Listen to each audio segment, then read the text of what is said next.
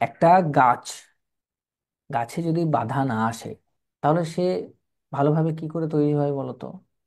ঝড় ঝাপটা যদি না আসে, তাহলে সে যদি সেগুলো সহ্য না করে, তাহলে তো সে সিম্পল ভাবেই উড়ে যাবে যখনই একটু ঝড় ঝাপটা বা কোনো কিছু হবে। এরকম একটা গল্প আছে খুব সুন্দর, তোমরা শুনেছো নাকি জানি না, বলি তোমাদের।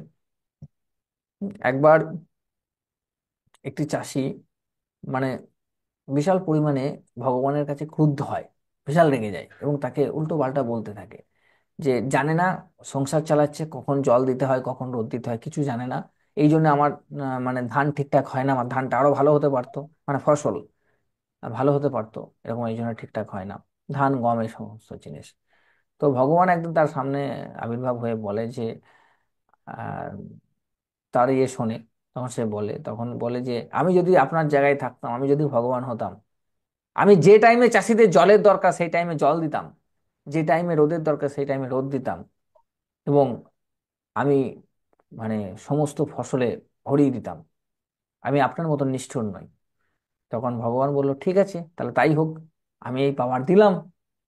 তো সে সেই পাওয়ার নেওয়ার পর সে তাই করলো, যে যখন যেরকম সিজনের দরকার, যেরকম যেরকম বর্ষা, যেরকম যেরকম রোদ এসব দরকার, তখন সেগুলো দিতে থাকলো। বুঝতে পারছো? দিতে থাকলো। দেখছে খুব সুন্দর ফসল হয়েছে, বিশাল ব্যাপার, ভালো। কিন্তু যখন কাটতে যাচ্ছে তখন দেখছে ফসলগুলোর ভেতরে সব ভুয়ো, মানে সব ম্যাক্সিমাম ফসল খেয়ে নিয়েছে পোকায়। বুঝতে পারছো? সব নষ্ট হয়ে গেছে, কোনোটার জোর নাই। তখন সে আশ্চর্য হয়ে গেল যে এটা কিভাবে হলো, আমি তো সঠিক টাইমে সঠিক সবকিছুই দিলাম, তাহলে এটা কেন হলো? তখন যখন ভগবানের কাছে মিনতি করে এটার বলার জন্য, তখন তাকে বলে যে তুমি সব দিয়েছো ঠিকই, কিন্তু তুমি ওই গাছগুলোকে, ওই ধান গাছগুলোকে বা গম গাছগুলোকে তুমি কষ্ট করতে দাওনি। এটা হচ্ছে সব থেকে বড় সমস্যা। এই জন্য তারা ভঙ্গুর হয়ে গেছে, এই জন্য তারা এরকম তৈরি হয়েছে। তুমি যখন যেটা চেয়েছো দিয়ে দিয়েছো, যেটা আমি দিতাম না, তার ফলে তাদের যে নিজস্ব যে ক্ষমতা, নিজস্ব যে একটা জায়গা, সেটা তার নষ্ট হয়ে গেছে তাদের। বুঝতে পারছো? সেই জন্য অল্পতেই তাদের ভুয়ো হয়ে গেছে, তারা যখন ফসলে পোকা ধরেছে বা কিছু করেছে, তাদের নিজেদেরকে রক্ষা করার যে ক্ষমতাটা, সেটা নষ্ট হয়ে গেছে।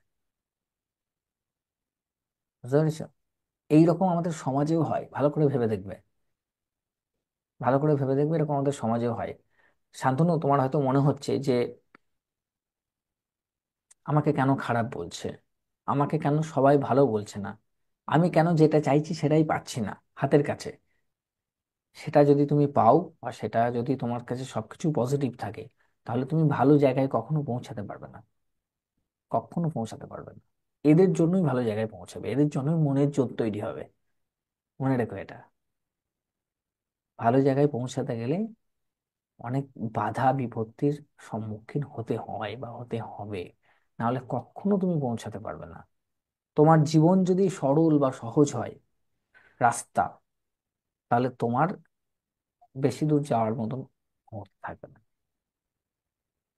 তুমি সমস্ত ইতিহাস ঘেঁটে দেখে নাও, যারা যারা জীবনে বিশাল সফলতা পেয়েছে, যাদেরকে তুমি আইকন মনে করছো আজকে, তারা সবাই একটা টাইমে প্রচুর কষ্ট করেছে। সবাই অনেক কথা শুনতে হয়েছে, অনেক কিছু, তবেই তারা এই জায়গায় হচ্ছে। বুঝেছো?